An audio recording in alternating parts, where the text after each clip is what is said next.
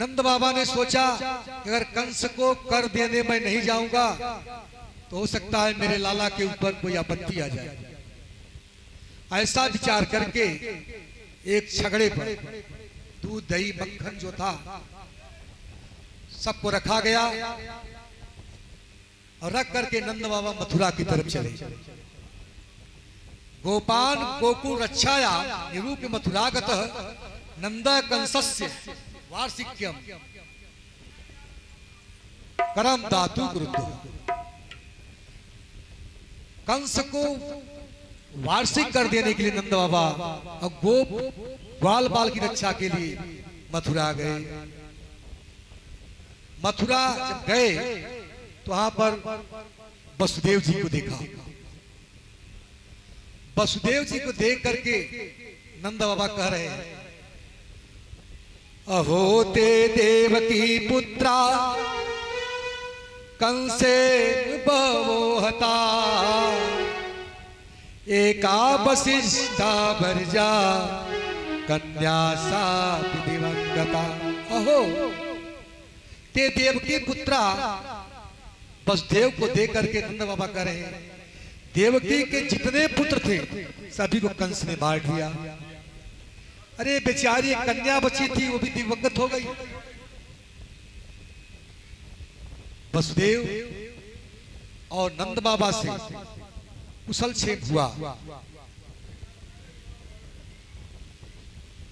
और वसुदेव जी नंद बाबा को देख करके काफी दुखी हो गए। इस समय इनके यहाँ लाला उत्पन्न हुआ है, क्योंकि वसुदेव स्वयं रख करके आए थे तो जानते थे कौन है। और ये यहाँ पर है कंस का उत्पात चारों तरफ चल रहा है। हो सकता है किसी प्रकार की आपत्ति आ जाए, किसी दूत को भेजे, क्या होगा। कहा नंद बाबा आप तो कर चुका दिए ना। कहा तो कहा आप सीधे यहां से गोकुल चले जाइए, क्योंकि वहां पर कंस का उत्पात चालू है। वसुदेव नंद बाबा को देख करके दुखी हो गए। जो नमित देखी हो दुखारी तीनई बिलोकत पातक भारी। मित्र के दुखी दुख को देकर के दुखी नहीं हो जाता, उसे बहुत बड़ा पाप लगता है। नंद बाबा को मथुरा भेज दिए। और इधर क्या हुआ जरा आप लोग शांति बनाए रखिए, थोड़ा इधर उधर घूमना बंद करें, क्योंकि डिस्टर्ब होता है। जो करना बात करिएगा। योग माया ने भविष्यवाणी कर दिया, रे मूर्ख कंस, जिसको तू मार रहा है इसलिए वो मारने वाला भी तुम्हारा इसी गोकुल पैदा हो चुका है। भविष्यवाणी कर दी। तो कंस योग माया की भविष्यवाणी को सुनकर के सभी दैत्यों को, पूतना, अगासुर, बकासुर, केसी, तिड़ावत, सबको बुलाया और कहा पृथ्वी पर जितने बच्चे उत्पन्न हुए हो 3 दिन के, उन बच्चों पर निगरानी रखी जाए और जिसमें विशेष बल दिखाई दे उसको तुरंत मार दिया जाए। इस प्रकार आदेश दिए। अब कहा भविष्यवाणी भी झूठ बोली, वो तो दूसरी जगह पैदा होगा। जाकर के अपने जीजा और बहन को कैद खाने से मुक्त कर दिया।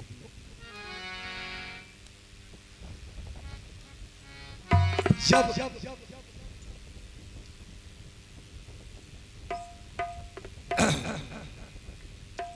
तो कैद खाने से मुक्त कर दिए और उधर कंस के द्वारा एक पूतना नामक राक्षसी है, वह वहां पर नंद भवन में पहुंची।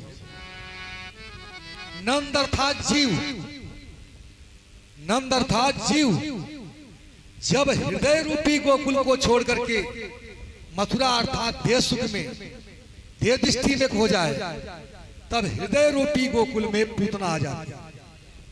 अब पूतना वहां पर आई और इधर नंद बाबा रास्ते भर जो वसुदेव जी कहे थे वही उनके मन में बात गूंज रही थी। हो सकता है ब्रज के ऊपर कोई आपत्ति न आए। कहा प्रभु मैं आपके शरण में हूं, आप मेरी रक्षा करिए। कंसेन प्रहिता घोरा पूतना बाल घातिनी शिशुस्य चानन्ते पूरग्राम ब्रजादिषु। कंस के द्वारा भेजी गई पूतना वह ब्रज में आई। देखिए जब पूतना आई तो 16 श्रृंगार करके आई, क्योंकि अविद्या पूतना क्या है? पूत माने नहीं, ना माने पूत माने पवित्र, पूत माने पवित्र, ना माने नहीं। जो पवित्र न हो वही पूतना है, अविद्या। तो पूतना जब आई तो सब श्रृंगार करके आई। अविद्या सब श्रृंगार करके आती है, 5 दोषों को लेकर आती है। देहाध्यास, ध्यास, इंद्रियाध्यास, प्राणाध्यास, अंतःकरणाध्यास और स्वरूप स्मृति। सब लोग देख के भूल जाते हैं कौन है, स्वरूप बनाती है। पूतना जो है एक प्रकार से अविद्या है, और यह छोटे छोटे बच्चों को मारती है, लहू पीती है। पवित्र पूतान घोरम दुखम नेति यासा पूतना। जो पवित्र छोटे छोटे बच्चे हैं उनको घोर नरक में डाल दे, वह पूतना है। और बाल घातनी वह बाल घातनी छोटे छोटे बच्चों का लहू पीती है। पूतना रोग वृंदावन में प्रसिद्ध है। पूतना 3 वर्ष के बच्चों के ऊपर आक्रमण करती है, क्योंकि जीवन की 3 अवस्था है, स्वप्न, जागृत, सुषुप्ता। और जो सत्वगुण, रजोगुण और तमोगुण में फंसा है उसी के ऊपर पूतना का आक्रमण होता है। चौथी तुरीय अवस्था है, तुरीय अवस्था वालों के ऊपर पूतना का कोई प्रभाव नहीं पड़ता। और जब पूतना का रोग हो जाता है तो भगवान की कृपा से ही संभव होता है। इसलिए पूतना वहां पर आई, अवा करके जसोदा मैया से कहा, सनातन गोस्वामी का भाव है, अरे जसोदे तुम्हारा पुत्र पालने में सो रहा है और तुम रो रही हो। अरे तुम काम धंधे में लगी हो, तुम्हारा पुत्र पालने में सो रहा है, तुम काम धंधे में लगी हुई हो और वह रो रहा है। देखो तुम मां हो कि राक्षसी हो। पुत्र प्राण से बढ़कर प्यारा होता है।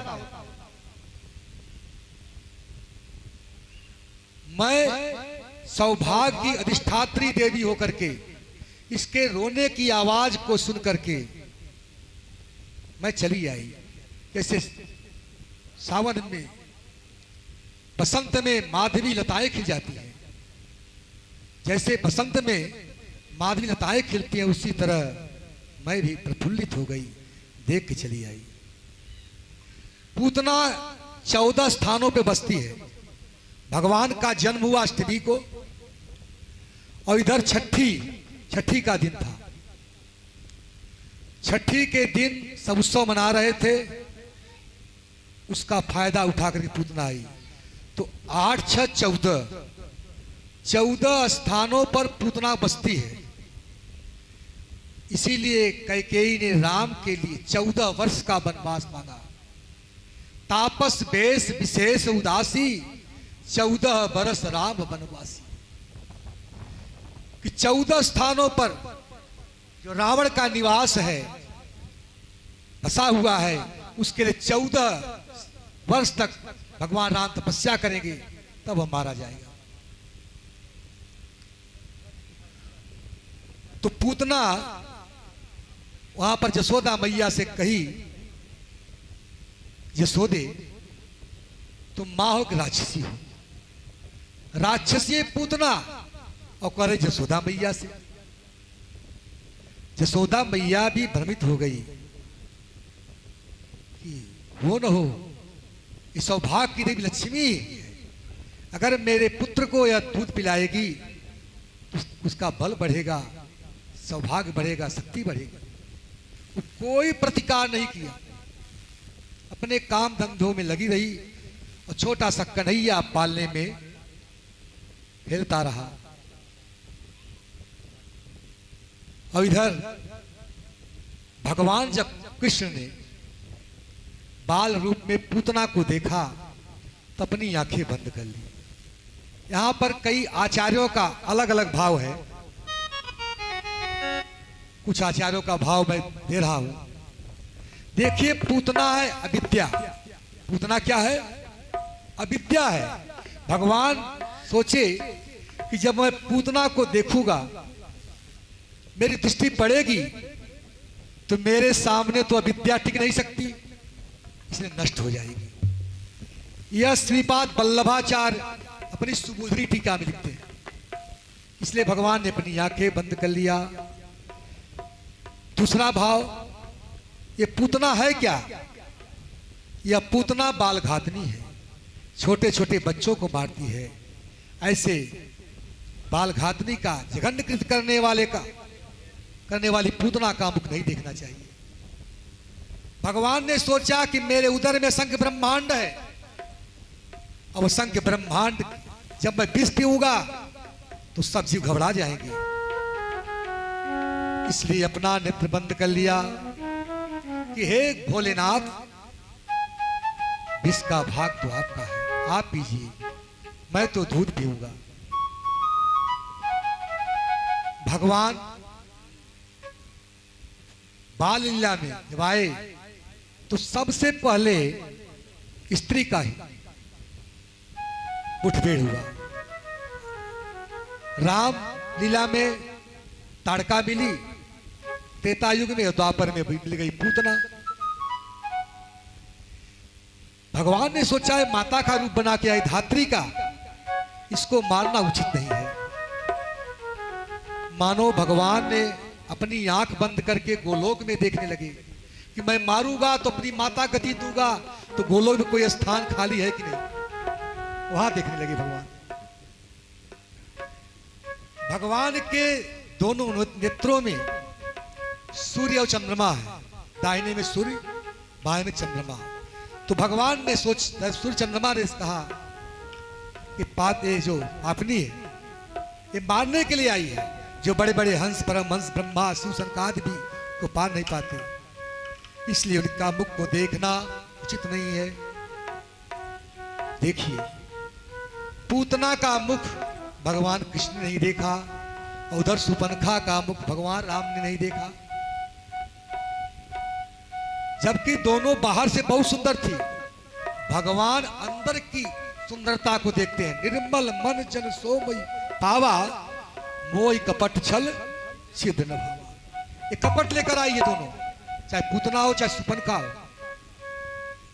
सबरी देखने में कितनी कुरूप थी, लेकिन भगवान ने कितना प्रेम दिया, देखा। और इधर कुब्जा 3 जगह से टेढ़ी, अभी आएगा कैसे, मतलब भगवान ने उनको सुंदरी बना दिया, तो उनको देखे। इसलिए भगवान बाहर की सुंदरता नहीं, अंदर की सुंदरता को देखते हैं। अब पूतना उस बच्चे को उठाई पालने से, सब लोग देख रहे हैं, लेकिन कोई प्रतिकार नहीं। मत ले जाओ, कहां ले जा रही हो, जबकि अनजान थी। वो लेकर के उड़ गई, अपनी गोदी में लिया, अवस्थन मुख में डाल दी। भगवान ये क्या? तस्मिन् स्तनम दुर्जरवीर्यमुल्बणम् घोरांकमादाय शिरोर्ददावथ गाढ़ं कराभ्यां भगवान प्रबीजयत् प्राणैः समं रोषसमन्वितो पिबत्। भगवान अपने दोनों पैर को स्तन पे लगा दिया, सीने पर, दोनों हाथ से उनके स्तन को पकड़ा और पकड़ करके जोर से दबाए, और दूध को पीने लगे, दूध के साथ उसके प्राण को पीने लगे। जब प्राण को पीने लगे तो छटपटाने लगी, मानो दूध को भगवान कृष्ण पी रहे हैं और प्राण को भगवान भोलेनाथ शिव जी पी रहे हैं। रोज के अधिष्ठात्री देवता वही है, तो प्राण को पी रहे हैं, दूध को पी रहे हैं। अब पूतना विकराल उद्धार कर ली, वह स्वरूप का परित्याग कर दिया। जो राक्षसी लक्ष्मी का उद्धार करके आई थी, वह छोड़ करके एक राक्षसी का रूप अपने स्वरूप में आ गई और छटपटाने लगी दर्द से, ये प्राण को पीने लगी। तो कासा मुंच मुंचालमिति प्रभाषिणी निष्पेद्यमाना खिल जीव मर्मणि विदित्य नेत्रै चरणो भुजो मुहु प्रसवीन गात्रा क्षिपतिरोधः। सा मुंच मुंचालमिति प्रभाषिणी, वह प्रभाषिणी पूतना बोली कि सा मुंच मुंच। यहां मुंच मुंच 2 बार कहा। आचार्यों ने कहा 2 बार क्यों कहा? पूतना ने कहा कि मुझे छोड़ दो कन्हैया, मुझे छोड़ दो, यह लोक को और परलोक को छुड़ा करके अपने गोलोक धाम में अब ले चलो। इसलिए सा मुंच मुंचा, ये लोक और परलोक को छुड़ाकर अपने गोलोक में ले चलो। और कह रही है कि अहंता और ममता से छुड़ाकर मुझे कृतार्थ कर दो प्रभु। उसका नेत्र उलट गया, रोने लगी। भगवान ने कहा पूतना मौसी, जिसको मैं पकड़ता हूं उसको तो छोड़ता ही नहीं। पूतना समझ रही थी जैसे कोई सर्प हो और नेवला जा रहा हो, तो नेवला को चूहा देखे, चूहा की तरह, और नेवला के पास जाए तो सर्प को काट करके अपना खा जाए, या कई खंड भी भक्त कर दे। तो उसी तरह पूतना भगवान को ही समझी थी, लेकिन उल्टा हो गया। भगवान ने कहा कि मेरा स्वभाव है, मैं तो छोड़ना जानता ही नहीं। देखिए, एक बार भगवान श्री कृष्ण का जन्मोत्सव आया और मां जसोदा यमुना जी के तट पर गई, जाकर के दीपदान करने लगी। जब दीपदान करने लगी तो दीप बहता बहता भगवान कृष्ण के पास आया। देखिए, जन्मोत्सव ऐसे ही मनाया जाता है। भगवान का पूजा, अरे जब किसी बच्चे का जन्म उत्सव मनाया जाए तो पूजन करें, अभिषेक करें, भगवान का अभिषेक करें, दीपदान करें। ऐसा नहीं कि जो वेस्टर्न कल्चर है, पश्चिम सभ्यता की तरह, वहां करते क्या है, केक लाते हैं, केक में कैंडल लगाते हैं, केक पर बच्चे का नाम लिखते हैं। चाहे नाम लिखिए चाहे कुछ भी करिए, हो गया उसी का नाम। और कैंडल को बुझा देते हैं मुख से फूंक करके। जलाओ दिए पर रहे ध्यान ही तेना, अंधेरा धरा कहीं रह न जाए। जलाओ दिए पर रहे ध्यान इतना, अंधेरा धरा पर कहीं रह न जाए। इसलिए बच्चे के जीवन दान के दीपक जलाना चाहिए, इसके जीवन में हमेशा उजाला रहे, मुख से फूंक करके नहीं बुझाना चाहिए। लेकिन केक को भी काटते हैं नाम लिख करके और खा जाते हैं, सबको खिलाते भी हैं खुशी से। ऐसा नहीं, जैसे जसोदा मैया कर रहे हैं उसी तरह अपने बच्चों का जन्मोत्सव मनाना चाहिए। जसोदा मैया यमुना जी में दीपदान कर रही थी और दीप बहते बहते भगवान कृष्ण के पास जो किनारे पर आता था, तो भगवान कृष्ण वहां पर खेल रहे थे, छोटे से कन्हैया करते क्या थे, वह दीपक को उठा करके जमुना जी से निकाल करके जो उनके पास आता था उसे किनारे लगा देते थे।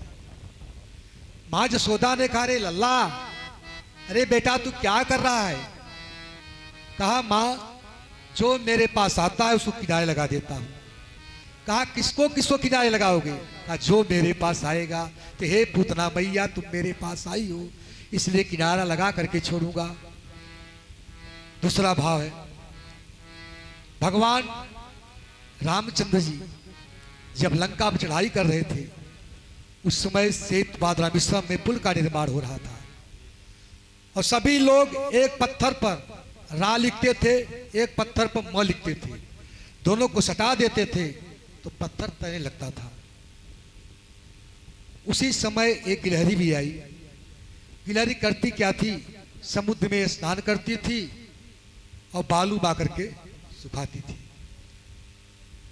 भगवान राम ने कहा, लक्ष्मण देखो छोटा सा जीव क्या कर रही है। उसे पूछा गया तो कहा, प्रभु सब लोग बड़े बड़े हैं, शक्तिशाली हैं, पत्थर इत्यादि ला के पुल बना रहे हैं, तो मैं भी समुद्र में स्नान करती हूँ और बालू में सुखाती हूँ कि समुद्र का जल कम हो जाए, आपको पुल बांधने में आसानी हो। जैसे अगर सी पूरे समुद्र को पी गए, टिड्डी पड़ा था उसमें उसके लिए भगवान राम बहुत प्रसन्न हुए और अपना हाथ उसके सिर पर घुमाया। आज भी देखिए तो गिलहरी के पीठ पर 4 लकीर बनी हुई है। ये भगवान राम का आशीर्वाद है। भगवान राम गए और एकांत में जहां कोई नहीं था, लक्ष्मण जी थे केवल, समुद्र में जाकर पत्थर उठाया और पत्थर डाल दिया तो पत्थर डूब गया। भगवान ने कहा, लक्ष्मण भैया कोई देख तो नहीं रहा है? और हनुमंत लाल बैठे थे वृक्ष पर, कूद गए, बोले प्रभु मैं देख रहा हूं। कहा देखिए हनुमान जी, इस रहस्य को किसी से मत बताना। कहा प्रभु इसको तो मैं सबसे बताऊंगा। अरे जिसको छोड़ना चाहेंगे डूबेगा नहीं तो क्या होगा। इसलिए पूतना मौसी, जब मैं पकड़ लिया हूं तो मैं छोड़ूंगा नहीं, किनारे लगा करके छोड़ूंगा।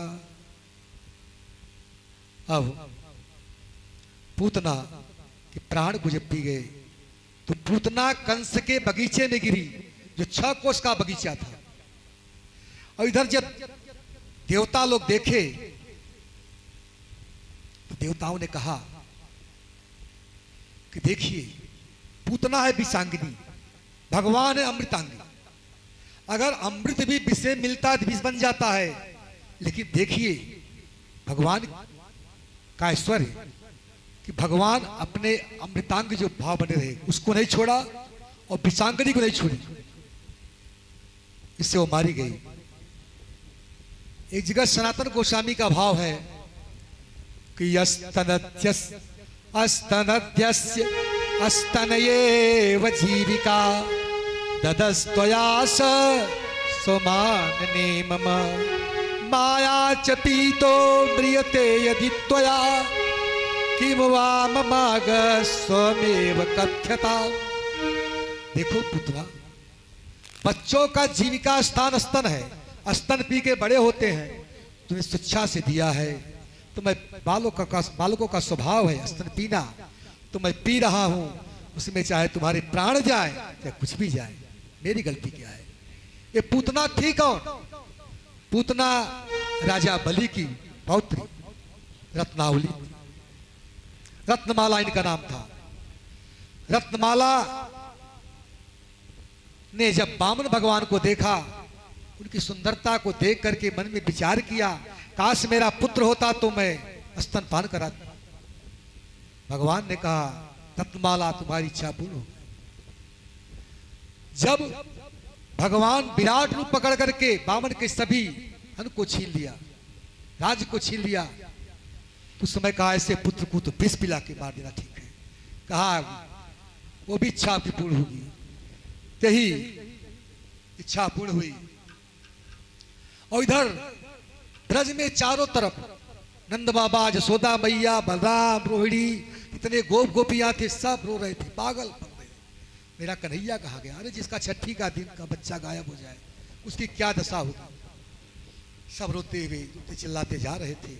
और जाकर के आगे देखा तो उधर कंस के बगीचे में एक राक्षसी पड़ी हुई थी। राक्षसी पड़ी थी और उसके ऊपर छोटा सा कन्हैया वहां खेल रहा था। उसको यशोदा मैया ने अपने छोटे से लाला को गोदी में लिया, कई बार आलिंगन किया। उनके आंखों से आंसू की धारा बहने लगी, प्रेम की धारा बही। रूप गोस्वामी विदग्ध माधव कहते हैं कि हे कृष्ण, तुम्हारी मैया का स्पर्श तो कपूर, पराग, चांदनी खस और चंदन की शीतलता को भी जीतने वाला है। तो यशोदा मैया ने छोटे से कन्हैया को लेकर आई। यहां पर हरीश्वरी जी कहते हैं कि भगवान सोचे कि पूतना का हृदय बहुत खराब है, इसे निकाल करके मैं शुद्ध करूंगा, इसलिए उसके प्राण को पी गए। पूतना तो मारी गई और भगवान कृष्ण को लेकर के यशोदा मैया अपने भवन में आई। देखिए पूतना जो है वह 6 विकारों से युक्त है। 6 विकार कौन है? काम, क्रोध, लोभ, मोह, मद और मत्सर। और भगवान 6 ऐश्वर्य से भरपूर है। समग्र श्री, समग्र बल, समग्र सुंदरता, समग्र यश, समग्र कीर्ति, समग्र वैराग। और पूतना छठी के दिन आई, इसलिए 6 कोस में गिरी। जो 6 कोस का बगीचा था उसी में गिरी थी। तो पूतना तो 6 कोस में गिरी है। और इधर माता कन्हैया को जल लेकर आई तो पहले गाय के मूत्र से छोटे से लाला को स्नान कराई। राक्षसी है, कहीं दांत त्याग लगा होगा, कुछ कटा फटा होगा तो ठीक हो जाएगा, एंटीसेप्टिक है। गाय के गोबर से 12 जगह तिलक किया। ओम केशवाय नमः, ओम माधवाय नमः, ओम नारायण नमः, इसी केसार पद्मनाभाय दामोदराय मधुसूदनाय त्रिविक्रमाय वामनाय श्रीधराय, इसी केसार पद्मनाभ। इस प्रकार 12 जगह तिलक किया और गाय के पूंछ से भगवान कृष्ण के ऊपर घुमाई। और 8 श्लोक में मां यशोदा ने भगवान का नाम लेकर के कन्हैया रक्षा करे, कृष्ण रक्षा करे, गोविंद रक्षा करे, गोपाल रक्षा करे। एक भावुक भक्त कहता है कि भैया कन्हैया तो पूरे त्रिलोक की रक्षा करने वाला है और इसकी रक्षा भगवान का उनका नाम कर रहा है। तो पूतना 6 कोस में गिरी थी, इसलिए अब इतनी बड़ी पूतना को जलाया कैसे जाए। तो उसके ब्रजवासी अपनी कुल्हाड़ी लेकर गए, कई खंड में उसको विभक्त किया, काटे, कई जगह चिता लगाई गई। और चिता पर जब पूतना को जलाया गया तो उसके शरीर से उगरू की सुगंध आई।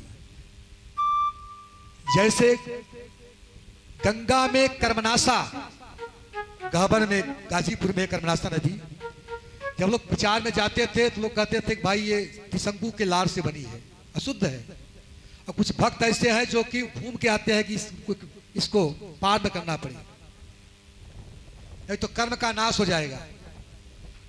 लेकिन वही कर्मनाशा आगे जाके गंगा में मिल जाती है। तो जैसे कर्मनाशा गंगा में मिलकर गंगा बन जाती है, वैसे भगवान का स्तनपान करने से पूतना का शरीर शुद्ध हो गया। उसके शरीर से उगरू की सुगंध आने लगी। सभी देवता सभी लोग देख रहे हैं, ब्रजवासी, अरे कहीं सुतल लोक में राजा बलि तो यज्ञ नहीं कर रहा है जो सुगंध आ रही है। कोई कह रहा नहीं नहीं, स्वर्ग में लगता है इंद्र यज्ञ कर रहा है अमरावतीपुरी में, वहां सुगंध आ रही है। तो चारों तरफ से उगरू की सुगंध आने लगी।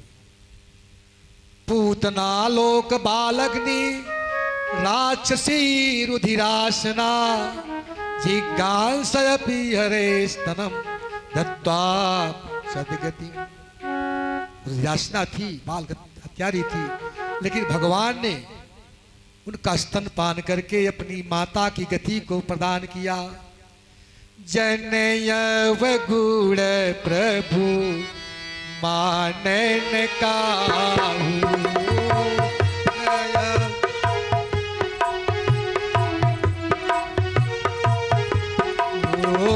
जनयव गुण प्रभु मानन काहू।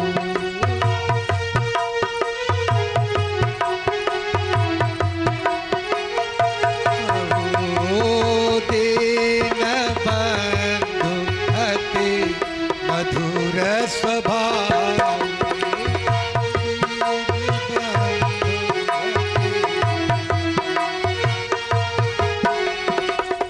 भगवान कुछ नहीं रखते, गुण अवगुण कुछ नहीं, भाव को देखते हैं जो इनका स्वभाव है।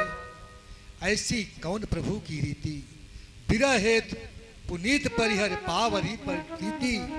गई मारन पूतना कुल काज कुल लगाई, मात की गति दई ताय कृपाल यदु जाई। मेरे पत्रिका में कहा अहो बकीयम स्तन काल कोटम जिघान सया पायदा प्रसादी देवेम गतिम दाचिता चितोयम कमुआ दयालु शरण। ऐसी पूतना का भगवान ने उद्धार किया। इसके लिए कहते हैं ये तत्पूतना मोक्षम कृष्णा तद्भुत कर्मण सूर्या श्रद्धया मर्तो गोविंदे लभते रहती। यह पूतना मोक्ष जो है, पूतना को मोक्ष देकर भगवान ने अद्भुत कर्म किया। जिसको प्रेम से सुनता है उसकी मति भगवान में लग जाती है। अब भगवान हो गए 108 दिन के, 108 दिन के हुए और करवट बदले। जब बच्चा करवट बदलता है तो माताएं बहुत खुश होती है कि मेरा बच्चा अपंग नहीं है, सही है। तो भगवान कृष्ण करवट जब बदले तो उत्सव शुरू हो गया। मां जसोदा अपने दास दासियों के साथ काम में लगी थी। उत्सव चल रहा था और छोटे से कन्हैया को ले जाकर के एक बैलगाड़ी थी, सकट, उस सकट के नीचे पालने में रख दिया, क्योंकि सब जगह से ज्यादा सुरक्षित वही दिखाई दिया। अब इधर सक्टासुर सोच रहा है कि मेरी बहन पूतना को मार दिया, उसका बदला लेने के लिए सक्टासुर आकर के बैलगाड़ी पर बैठ गया और सब आप लोग अपने कार्य में लगे थे, कोई देख नहीं रहा है। भगवान कृष्ण ने सक्टासुर को देखा और पालने में सोए थे प्रभु। धीरे धीरे धीरे धीरे अपना पैर ऊपर उठाए और उठाकर ले गए बैलगाड़ी के ऊपर, जोर से धक्का दिया, बैलगाड़ी पलट गई। विधस्तनाना रसगुप्य भाजनम अव्यत्यस्त चक्राज भिद्ध कुबर। और बैलगाड़ी गिरी धड़ाम से, उसका कुबर सुबर सब जितना था धूरा उरा सब फूट गया, सब रस दूध दही बिखर गया। अब इतनी तेज से आवाज हुआ, सभी लोग घबरा करके बाहर देखे तो कन्हैया पर बैलगाड़ी खेल रहे हैं। सभी लोगों से पूछा गया कि भाई कैसे हुआ, तो छोटे छोटे बच्चों ने कहा कि तेरे लाला ने ही ऐसा किया है, हम लोग देख रहे थे। कोई विश्वास नहीं किया। देखिए सक्टासुर पूतना की मृत्यु की बदला लेके आया था और भगवान ने कहा सक्टासुर कैसा कठपुतली है, यह ऐसा है कि जैसे खिलौना को कोई तोड़ देता है, उसी तरह भगवान ने भी उसको तोड़ दिए। खेल खेल में पैर उठाए, गिरा और सकटसुर मारा गया। देखिए भगवान है मुख्य, संसार है गौड़। अगर भगवान को गौड़ मान करके संसार की गाड़ी के नीचे रखोगे तो तुम्हारी गाड़ी पलट देंगे भगवान। इसलिए भगवान ने उस गाड़ी को पलट दिया। यह कौन था? हिरण्याक्ष का पुत्र था उत्कच। एक दिन लोमस ऋषि के आश्रम में गया और सभी वृक्षों को कुचल दिया। शक्तिशाली था, सभी वृक्षों को कुचल दिया। उसी प्रकार देख करके, उसकी दशा को देख करके लोमस ऋषि ने कहा कि जाओ तुम देह रहित हो जाओ, तो ही शक्तासुर बना। वह पैर पकड़ के गिराने लगा तो लोमस ऋषि ने कहा, वैवस्वत मनवंतर में जब भगवान कृष्ण अवतार लेकर आएंगे तब तुम्हारा उद्धार होगा। तो भगवान कृष्ण ने यहां पर शक्तासुर का उद्धार किया। एक दिन मां जसोदा अपने छोटे से कन्हैया को गोदी में बैठा करके दूध पिलाने लगी, लालन पालन कर रही थी, दुलार कर रही थी। और कन्हैया गोदी में बैठा था, एकाएक अपना वजन बढ़ाना प्रारंभ कर दिया। उसका वजन पर्वत की तरह हो गया। जब पर्वत की तरह हुआ तो भूमो निधाय तम गोपी विस्मिता भारतीडिता, तो वह उस भार से पीड़ित होकर गोपी उस कन्हैया को नीचे रख दी। जैसे मैं मां हूं वैसे भी मां है। अब कहते भगवान पर्वताकार क्यों हुए? हरीश्वरी जी कहते हैं युद्ध विद्या वाला जो शस्त्र है उसमें वायु वाला अस्त्र चलाया जाए तो पर्वताकार होना पड़ता है, इसलिए भगवान पर्वताकार हो गए। नीचे क्यों रख दिया जसोदा मैया ने? कहा मैं भी मां हूं, ये भी मां है, ये भी पूरे जगत को धारण करती है, इसलिए जब मैं सहन करने में समर्थ हूं तो यही सहन करे। और उस समय बवंडर के रूप में तिड़ावर्त आया और लेकर के भगवान कृष्ण को ऊपर आकाश चला गया। भगवान ने किए क्या? गल ग्रहण निचेष्टो दैत्य निगत लोचन, उनका गला पकड़ा, जो दबाया, वो निचेष्ट हो गया। और तमंतरिचात पतितम शिलाया विशेर सर्वा वैभवं कराल पुरम यथारोध्य शरेण वेदो त्रियोर्गतो ददिशि समेता। और वह शक्तासुर निचेष्ट होकर के उसका प्राण पखेर उड़ गए, पत्थर पर गिरा, कई खंडों में भक्त हो गया। जैसे भगवान शंकर ने त्रिपुरासुर का वध किए तो कई खंड भक्त हो गया, उसी तरह तिड़ावर्त भी भक्त हो गया। यह तिड़ावर्त कौन था? पांडु देश का राजा सहस्त्राज था। एक दिन अपनी रानियों के साथ घूम रहा था, वहां से दुर्वासा ऋषि आए, प्रणाम नहीं किया तो कहा जाओ तुम राक्षस हो जाओ। फिर पैर पकड़ के जाने लगे तो कहा तुम्हारा उद्धार वही द्वापर में होगा। वो तिड़ावर्त था। तिड़ावर्त ने सोचा कि मैं वन में उत्पन्न होता हूं और बैलगाड़ी पर चढ़ के आता हूं तो पशु पक्षी हैं, फिर मैं घास। उस बैलगाड़ी को किसने तोड़ दिया, इसलिए मैं इनको छोड़ूंगा नहीं। इसे तिड़ावर्त के रूप में आया। फिर एक दिन मां जसोदा अपने लाला को गोदी में बैठा करके स्तनपान कराने लगी और भगवान दूध को पीते गए, वो छोड़ नहीं रहे थे। जसोदा मैया घबरा गई कि अगर इसी तरह पीते रहेंगे तो उनका पेट खराब हो जाएगा। तो पैर में थोड़ा गुदगुदी की, भगवान का मुख खुला, हंसने लगे। उसमें पूरा ब्रह्मांड उन्होंने दिखाया। ब्रह्मांड 2 बार दिखाए हैं, अब एक बार और आएगा उसमें। मिट्टी खाए तब एक बार, पहली बार तो विश्व रूप का दर्शन किए। इसके बाद भगवान शिव भी कृष्ण को देखने के लिए गोकुल में गए। उनका स्वरूप बहुत विचित्र था। सर्प की माला बने, गले में सर्प, गंगा को धारण किए हुए, बागंबर पहने हुए, त्रिशूल लेकर, डमरू लेकर विचित्र रूप में गए। मां जसोदा से बार बार याचना किए कि मां जसोदा, मैं सुना हूं कि आपके हाल कोई लाला उत्पन्न हुआ है, उसको मुझे दिखा दो।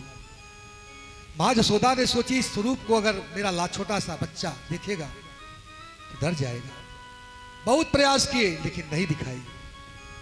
भगवान शिव वहां से चल दिए तो कन्हैया रोने लगे। वैष्णवाना में था शंभु, अगर भगवान का कोई सबसे बड़ा भक्त है तो भगवान शिव है। भगवान कृष्ण रोने लगे। इधर मैया ने सोचा कि मेरी नजर तो नहीं लग गई। कुछ गोपी आई और बोली क्या सवेरे कोई आया था क्या? मैया बोली एक सापन वाला बाबा है, बड़े बड़े सांप लटक रहे थे उनको, सिर पे लंबी जटा थी। बाबा जी कह रहे थे लाला के दर्शन के लिए, और मैया ने न्याय करने दी, न्याय दर्शन कराई, इसलिए ऐसा हुआ। कहा किधर गया? तो बोले तो उधर ये गए हैं, तो वहां पर ब्रज में है स्थान का जहां पर गए थे भगवान भोलेनाथ। तो सब गोपियां गई उनके पास, कहा कि चल रे बाबा नंद भवन को, यशोदा मात बुलावे, वाके लाला को रजा देगी है, राई ढूंढ करावे। हे बाबा चलो, यशोदा मैया बुला रही हैं, उनके लाला को नजर लग गई है, राई ढूंढ त्याग करके नजर उतार दो। कहा मैं ऐसे नहीं जाऊंगा, तुम ऐसा करो कि अपने घर में एक मंदिर बनाओ, और जहां तुम्हारा लाला स्नान करे वह जल आकर के मेरे सर पर पड़े, ऐसा प्रतिज्ञा करो तो मैं चलूंगा, नहीं तो नहीं चलूंगा। तो लगाए वहां पर नंद भवन में, भवन के नीचे नंदेश्वर महादेव जो स्वयं भगवान भोलेनाथ स्वयं नंदेश्वर पहाड़ बन करके नंद भवन को धारण किए हैं। तो नंदेश्वर जी का मंदिर है, वहां पर जल हमेशा गिरता रहता है। तो कह रहे योगी नंद भवन में ब्रज में वासो कीजिए, और जब जब मेरा लाला रोए तब तब दर्शन दीजिए। वहां पर एक छोटा सा मंदिर बना, का नाम पड़ा नंदेश्वर। बोली नंदेश्वर महादेव की जय। ब्रज की चारों तरफ रक्षा भगवान शिव करते हैं, कामेश्वर, गोपेश्वर, नंदेश्वर, वशिष्ठर।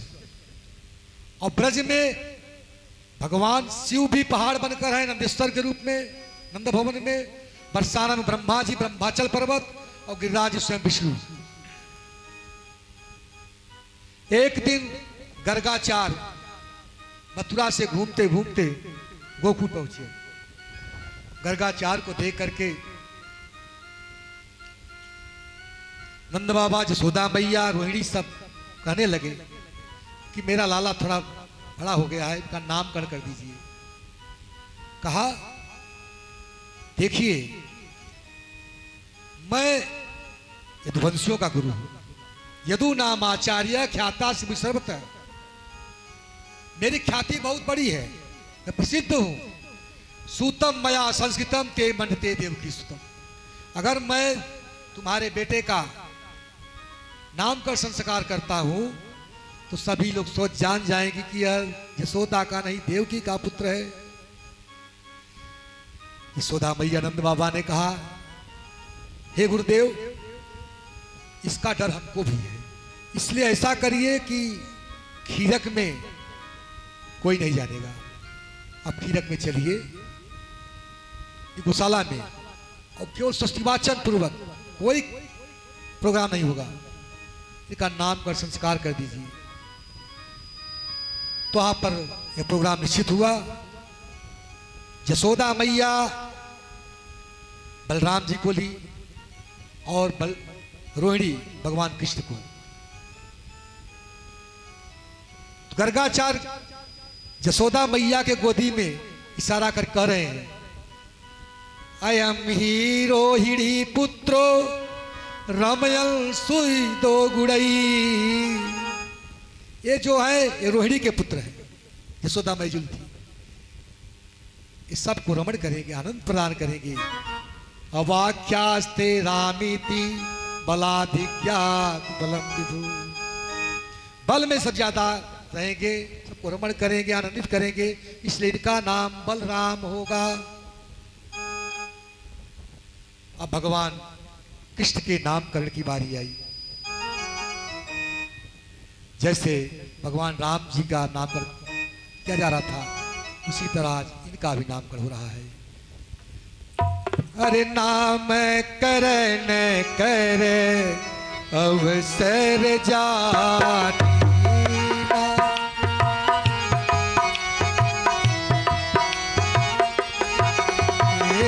नाम करन करे अवसर जानी।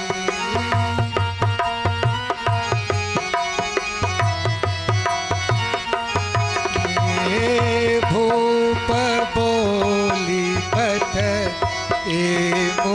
ज्ञानी।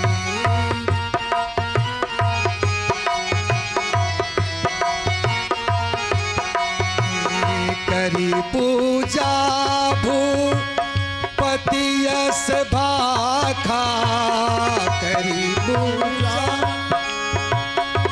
हेलो। करी पूजा भूपति यस भाखा, करी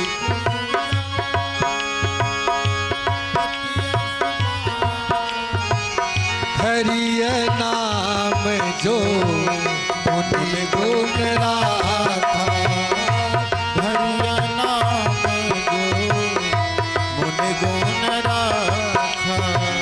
इनके नाम अनेक अनूपा, इनके नाम अनेक मय निपक बसो मतियन रूपा, मय निपक हरि हेलो। देखिए इनके नाम तो अनेक हैं, जो मैं बती के अनुरूप कहूंगा। Hello hello hello. अनंत नाम इनका है, नाम हेलो, रखने की हेलो, जरूरत नहीं, तो पहले से है। आसन वर्णस्तयो ह्यस्य गिरितो हेलो, हेलो, नो युगं तनु, शुक्लो रक्तस्तथा पीत इदानीं कृष्णतां गत। इनका चारों युग सतयुग द्वापर त्रेता में इनका अलग अलग नाम होता है। सतयुग में इनका वर्ण कैसा होता है? सफेद शुक्ल। हेलो। और त्रेता युग में इनका वर्ण होता है लाल। कलयुग में कैसा होता है? पीत। अब यहाँ पर भगवान चैतन्य महाप्रभु के बारे में स्पष्ट प्रमाण श्रीमद् भागवतम में है, वैसे तो कई ग्रंथों में है कि भगवान चैतन्य महाप्रभु स्वयं भगवान है, हर कलयुग में पीत वर्ण में आते हैं। पीत वर्ण है तो ईदानीम कृष्णताम गता, इसलिए इनका नाम कृष्ण है। इनके नाम बहुत है, गुण बहुत है। कृष्ण मान होता है कर्षद परमहंसा नाम चेतांसी, इत कृष्ण है जो परमहंसों को विश्वास आकर्षण करके अपना दास बना ले, उन्हें कृष्ण कहते हैं। हरि हरत योगा नाम चेतांसी, हरि जो निर्गुण निर्विकार निराकार निर्विशेष ब्रह्मानंद को प्राप्त हुए जीव को अमलात्मा परमहंस के मन को बला, वह हरि है। और राम रमन्ते योगिनोस्मिन् इति रामः, जिसमें बड़े बड़े योगींद्र मुनींद्र निर्ग्रंथ ब्रह्मानंदी भी बरबस रमण करे, उसे राम कहते हैं। जय। इन तीनों शब्दों का एक ही अर्थ है। कृषि भूवाचको शब्द रस्य निर्वृत्तिवाचक तयोरिक्त संपन्न कृष्ण यति विधीयते। कृषि सत्तावाचक धातु है और कृष्ण आनंद का वाचक है। इन दोनों की एकता का अधिष्ठान जो पर ब्रह्म है, उसे कृष्ण नाम से कहा गया है। अतः सर्वाकर्षक परमानंद स्वरूप पर ब्रह्म श्री कृष्ण ही है। ये गोपाल कापनी प्रसन्न दिया गया है। भगवान ऐसे हैं कि विस्मापनम स्वस्य सौभगर्दे परम भूषण भूषण भूषणांगम, इस सभी प्रकार सभी के चित्त को हरण करने वाले हैं, सर्वचित्तहर हैं। इनकी सुंदरता इतनी है, यह जशोदा मैया इनके शरीर पर आभूषण पहनाती है तो इनसे आभूषण की शोभा बढ़ जाती है, न कि आभूषण से इनकी बढ़ती है। अब गोपियों ने भी अपना नाम रखने का निर्णय किया। चितचोर, मनहर, मोहन, मदन, कन्हैया। भगवान नारायण और कृष्ण एक ही है, अंतर नहीं है। लेकिन नारायण में 60 गुण है, नारायण से भी 4 गुण में जाता है। रूप माधुरी, लीला माधुरी, वेणु माधुरी, प्रिया माधुरी। नारायण से भी 4 गुण में है जाता। इसलिए कहते हैं जितने अवतार हुए हैं सबके मूल यही है। रस खान एक बार जब अकबर के यहाँ नौकरी कर रहे थे तो वहां से श्री बांके बिहारी के दर्शन के लिए आए। और वहां करके जब उनकी सुंदरता को देखा तो नौकरी से राजीनामा दे दिए। या लकुटी अरि कामरी या पर राजत हूं पुर को तज डारो, 8 सिद्ध नयो निधि को सुखनंद की गाय चराए बजा। कह दिया मानुष हो तो वही रस खान बसो ब्रज गोकुल, जो भी बनू ब्रज में बनू, अब मैं बाहर नहीं जाऊंगा। इसीलिए बहुत से संत जो है जाकर के ब्रज में अपने शरीर को त्यागने के लिए बैठे हैं कि ब्रज की रज में धूल बनूं मैं, ऐसी कृपा करो महाराज। ब्रज की रज में धूल मैं, ऐसी कृपा करो महाराज, ऐसी कृपा करो महाराज, ऐसी कृपा करो महाराज। ब्रज की रज में धूल बनूं मैं, ऐसी कृपा करो महाराज।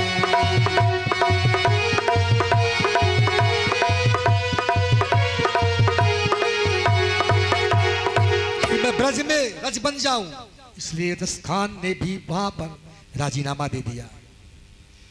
और ब्रज में आज भी रस खान की छतरी है वहां गोकुल के पास। परम सुंदरी मुमताज बेगम जब भगवान बांके बिहारी को देखी तो देखती क्या बोल रही है, सुनो दिल जानी, सुनो दिल जानी, मेरे दिल की कहानी तुम, दस्त ही बिकानी, बदनामी भी सहूंगी मैं। देव पूजा ठानी और निवाज हूं भुलानी तजे, कलमा कुरान सारे गुन्ना कहूंगी मैं। सावला सलोना, सावला सलोना, सिरताज सर गुल्लेदार, तरे नेह दाग में निदाग वही रहूंगी मैं। नंद के कुमार कुर्बान तोरी सूरत पे, ताड़े नाले प्यारे हिंदुआनी।